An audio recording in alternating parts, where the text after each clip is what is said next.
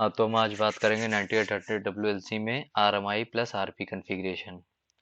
Basically RMI plus RP configuration को Cisco ने इसलिए स्टार्ट किया हुआ था क्योंकि रिडंडेंसी पोर्ट में इनके एक बग आ रहा था, जो कि सिस्को अभी एक्सेप्ट नहीं कर रहा है। लेकिन वो एक ऐसा बग है जिसमें आरपी पोर्ट से आरपी पोर्ट की कनेक्टिविटी अगर करते हैं, अगर मेरा कंट्रोलर की पिंग अगर नहीं किया, मीन्स अगर वो डेड नहीं हुआ, तो वो दूसरे कंट्रोलर पे शिफ्ट नहीं होता।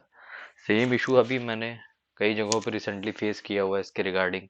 मैंने काफ़ी टेक केस भी ओपन किए, लेकिन उसका भी कोई सोल्यूशन नहीं है। इनके हर एक वर्जन में वो बग ओपन है अभी, वो अभी क्लोज नहीं हुआ। इस वजह से आरपी अगर आरपी टू आरपी का अगर कनेक्टिविटी करते हैं, तो क्या होता है कि दोनों कंट्रोलर तो ऑन रहते हैं, लेकिन प्राइमरी कंट्रोलर या सेकेंडरी कंट्रोलर जो भी आपका प्राइमरी वर्क कर रहा होता है, उसमें अगर कुछ भी दिक्कत आई, अगर वो डेड नहीं हुआ तब तक सेकेंडरी अप नहीं आएगा, और सेकेंडरी अप नहीं आया तो सबसे बड़ा इशू ये हो जाता है कि सारे एपी डाउन हो जाते हैं।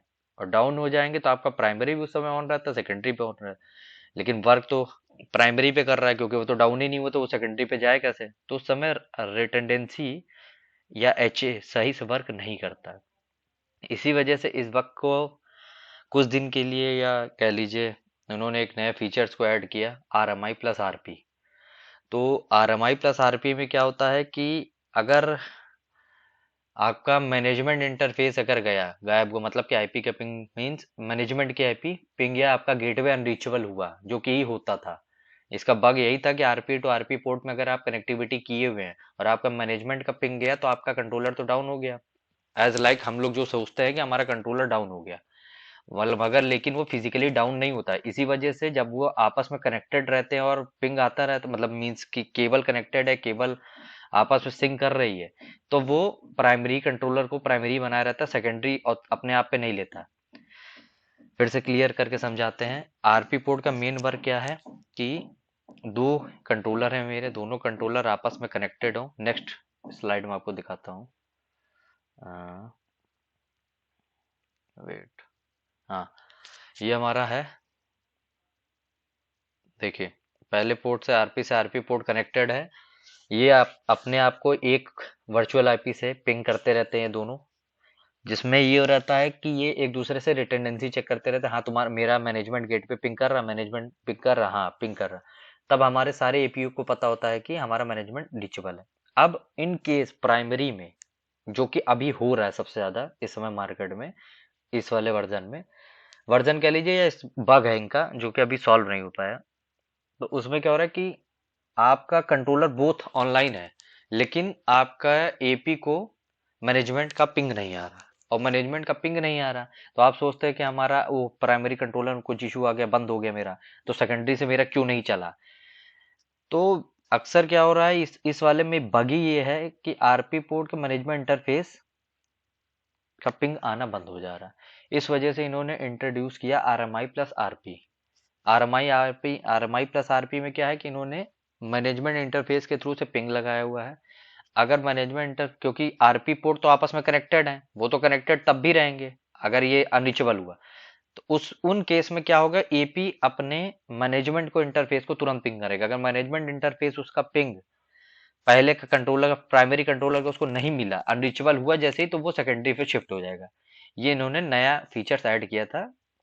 और यही चीज पिछले अभी मैंने बहुत जगहों पे फेस किया कि रिटेंडेंसी होने के बावजूद भी मुझे पता चला कि क्लाइंट ने कॉल करके बताया कि मेरी सारी एसएसआईडी गायब हो गई है, मेरा कंट्रोलर बैठ गया।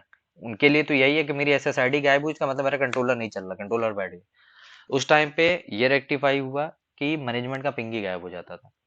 तो उसके बाद फिर हमने काफी केस ओपन किया उसमें, लेकिन उसका कोई सोल्यूशन नहीं निकला। तो उसके रिगार्डिंग हमने ये वीडियो बनाया था मैंने। तो आरएमआई प्लस आरपी का यही फंडा है कि वो मैनेजमेंट इंटरफेस को पिंग करता रहेगा। अगर आपका प्राइमरी मैनेजमेंट इंटरफेस पिंग गया, तो वो सेकेंडरी पे ऑटोमेटिक शिफ्ट हो जाएगा। तो चलते हैं आगे, कॉन्फ़िगरेशन अब कैसे करेंगे ये देखते हैं।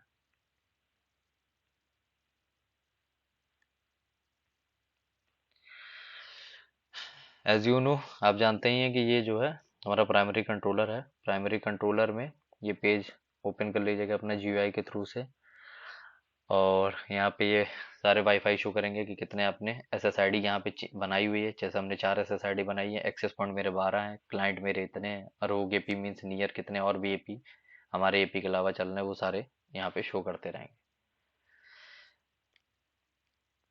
अब आते हैं इस पे कॉन्फ़िगरेशन पे कैसे स्टार्ट करेंगे।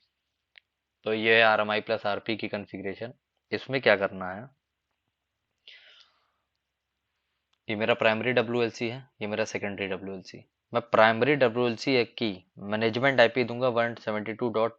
एक चीज और है, हमें इसके लिए 4 IP की रिक्वायरमेंट है। 4 IP मुझे चाहिए ही चाहिए ये RMI प्लस RP को करने के लिए, और 3 IP चाहिए होती मुझे SSO करने के लिए। तो इन सॉरी SSO में RP करने के लिए, अगर मैं SSO के अंदर RP में रिटर्डेंसी पोर्ट वाली कॉन्फ़िगरेशन अगर करता हूँ तो मुझे 3 IP की रिक्वायरमेंट होगी। अगर मैं SSO के अंदर R R R RMI plus RP करता हूँ तो मुझे 4 IP की जरूरत पड़ेगी।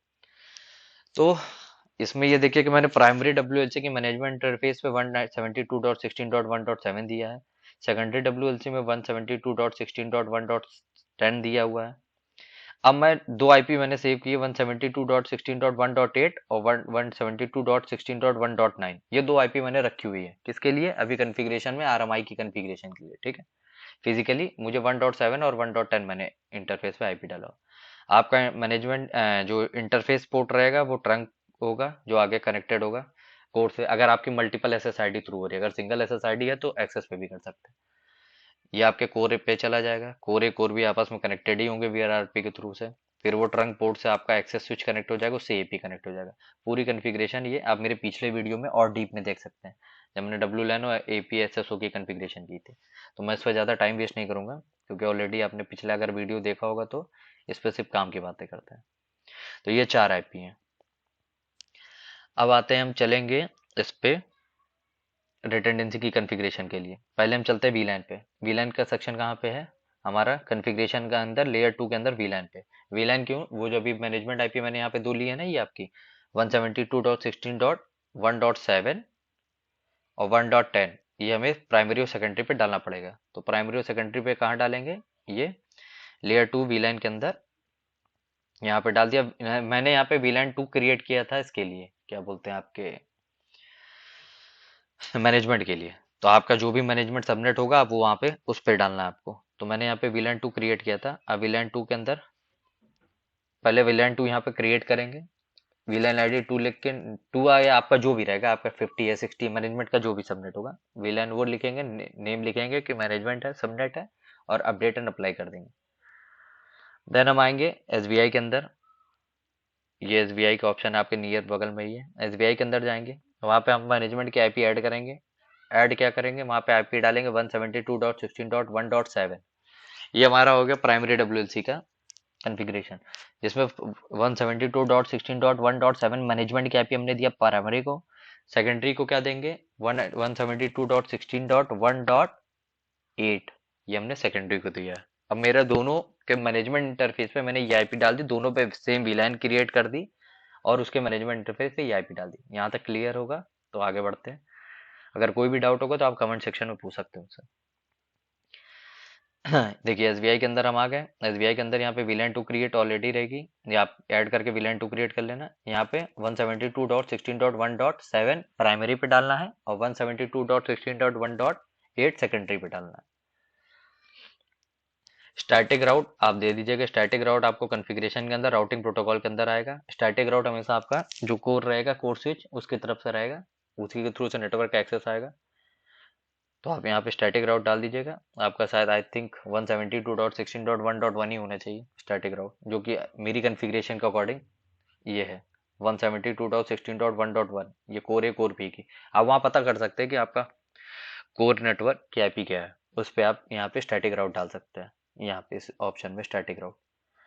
देन अब आते हैं इस डायग्राम पे, इस पर आपको और क्लियरिटी हो जाएगी। अब मुझे RMI प्लस RP की कॉन्फ़िगरेशन के लिए वहाँ पे डिटेल्स डालनी है। तो डिटेल्स के मैंने क्या डाला, कंट्रोलर 1 कंट्रोलर 2, ठीक है। कंट्रोलर 1 में मैनेजमेंट इंटरफेस IP मैंने क्या दी थी 1.7। कंट्रोलर 2 में मैनेजमेंट इंटरफेस IP क्या दी 1.8। RMI chassis IP1, chassis 1 IP means इसकी कंट्रोलर 1 की chassis, controller 1 as like a chassis 1, chassis 1 के लिए मैंने एक आईपी अलॉट की क्या 172.16.19 मैंने आपसे कहा था ना 4 आईपी मैं यूज करूँ। मैंने कंट्रोलर 2 के लिए RMI चेसिस 1 आईपी क्या डाला 172.16.1.10। फिर मैंने RMI चेसिस 2 आईपी में डालूंगा इसकी आईपी चेसिस ये कंट्रोलर 2 के चेसिस 1 की आईपी 172.16.1.10। इसी तरह सेकेंडरी पे RMI चेसिस 2 आईपी 172.16.1.9। इस वाले फिगर से आपको काफी क्लियरिटी हो जाएगी RMI प्लस RP की कॉन्फ़िगरेशन करने के लिए। नेक्स्ट बढ़ते हैं, इस पे आते हैं RMI प्लस RP की कॉन्फ़िगरेशन। यहाँ पे आप किस पे जाएंगे, एडमिनिस्ट्रेटर टाइप के अंदर, एडमिनिस्ट्रेटर टाइप के अंदर डिवाइस के अंदर, डिवाइस के ऑप्शन के अंदर रिटेंडेंसी, रिटेंडेंसी में रिटेंडेंसी कॉन्फ़िगरेशन इनेबल करिए, RMI प्लस RP पे क्लिक करिए। RMI for chassis 1, RMI for chassis 1 ये लिखा हुआ RMI चेसिस 1 के लिए 172.16.1.9। फिर सेकेंडरी क्या ऑप्शन है RMI IP फॉर चेसिस 2, इसी कंट्रोलर 1 की RMI IP RMI chassis 2 IP 172.16.1.10, ये कंट्रोलर 1 की कॉन्फ़िगरेशन हो गई। ये RMI प्लस RP की जो आप कॉन्फ़िगरेशन की है अभी जो उसके थ्रू से, वो कंट्रोलर 1 में आपने किया, अप्लाई कर दीजिए। अब आप कंट्रोलर 2 पे जाएंगे, कंट्रोलर 2 पे जाने के बाद फिर इसी टैब में आइएगा, एडमिनिस्ट्रेटर रिडेंडेंसी डिवाइस। इस टाइप के अंदर के आने के बाद RMI प्लस RP पे जाइए, इनेबल करिए, RMI प्लस RP पे क्लिक करिए। RMI IP फॉर चेसिस 1, इसके लिए क्या है RMI चेसिस 1 IP 172.16.1.10 कंट्रोलर 2 के लिए, ठीक है। RMI IP for chassis 2, RMI chassis 2 IP 172.16.1.9, ठीक है। ये करने के बाद लोकल आईपी रिमोट आईपी दोनों ऑफिस में हट के, अगर ये आपके लोकल आईपी और रिमोट आईपी की टाइप कब आएगा, जब आप आरपी पोर्ट सेलेक्ट करते हैं, तब ये RMI आईपी फॉर चेसिस 1 ये हट जाता है। कीप अलाइव टाइमर 1 रखना है, कीप अलाइव रिट्राइव 5 रखनी है। एक्टिव चेसिस प्रायोरिटी जिसको भी प्राइमरी बनाना है, जैसे इसको आपने प्राइमरी 1 इसको 1 किया है, ये सेकेंडरी कंट्रोलर मेरा, तो इस पे एक्टिव चेसिस प्रायोरिटी 2 है। जो मेरा प्राइमरी होगा उस पे एक्टिव चेसिस प्रायोरिटी 2 होगी। प्राइमरी जिसको बनाना होगा उसको ज्यादा करना होगा, तो एक्टिव चेसिस प्रायोरिटी उसको 2 कर दीजिएगा, जिसको भी आपको प्राइमरी बनाना, और देन अप्लाई कर देना। तो RMI प्लस RP कॉन्फ़िगरेशन यही है बेसिकली। मैं फिर से समझा दे रहा हूँ, RMI प्लस RP इसीलिए इंट्रोड्यूस हुआ कि मेरा रिटेंडेंसी पोर्ट के थ्रू से अगर एक्सेस चला जाता है या नहीं आता है, या कोई भी मिस हैपनिंग होती है कि मेरा कंट्रोलर तो ऑन है लेकिन वो SSID थ्रू करने बंद कर दिया है वो, तो उस टाइम पे गेटवे अनरीचेबल होने पे वो मैनेजमेंट इंटरफेस के थ्रू से RMI प्लस RP की कॉन्फ़िगरेशन से वो मेरे सेकेंडरी कंट्रोलर के मैनेजमेंट इंटरफेस को पिंग करके उस पे शिफ्ट हो जाएंगे सारे आईपी। तो यही है RMI प्लस RP की कॉन्फ़िगरेशन। Thanks a lot. और भी अगर आपको किसी टॉपिक पे वीडियो जानना है जो कि एकदम शॉर्ट में आपको चाहिए, कि छोटे टॉपिक को शॉर्ट में चाहिए, तो उसके लिए आप मेरे कमेंट सेक्शन में डाल सकते हैं, तो मैं आपको उस पर आगे वीडियो क्रिएट करके दे सकता हूँ। Thanks a lot. क्योंकि मैं सिर्फ छोटी सी छोटे पे छोटे जितना भी छोटा हो सके उतना ही छोटा वीडियो बनाऊंगा, ज़्यादा आपका टाइम नहीं वेस्ट करूंगा ना अपना, इसीलिए मेरे चैनल का नाम ही है सीधी बात नो बकवास। Thanks a lot.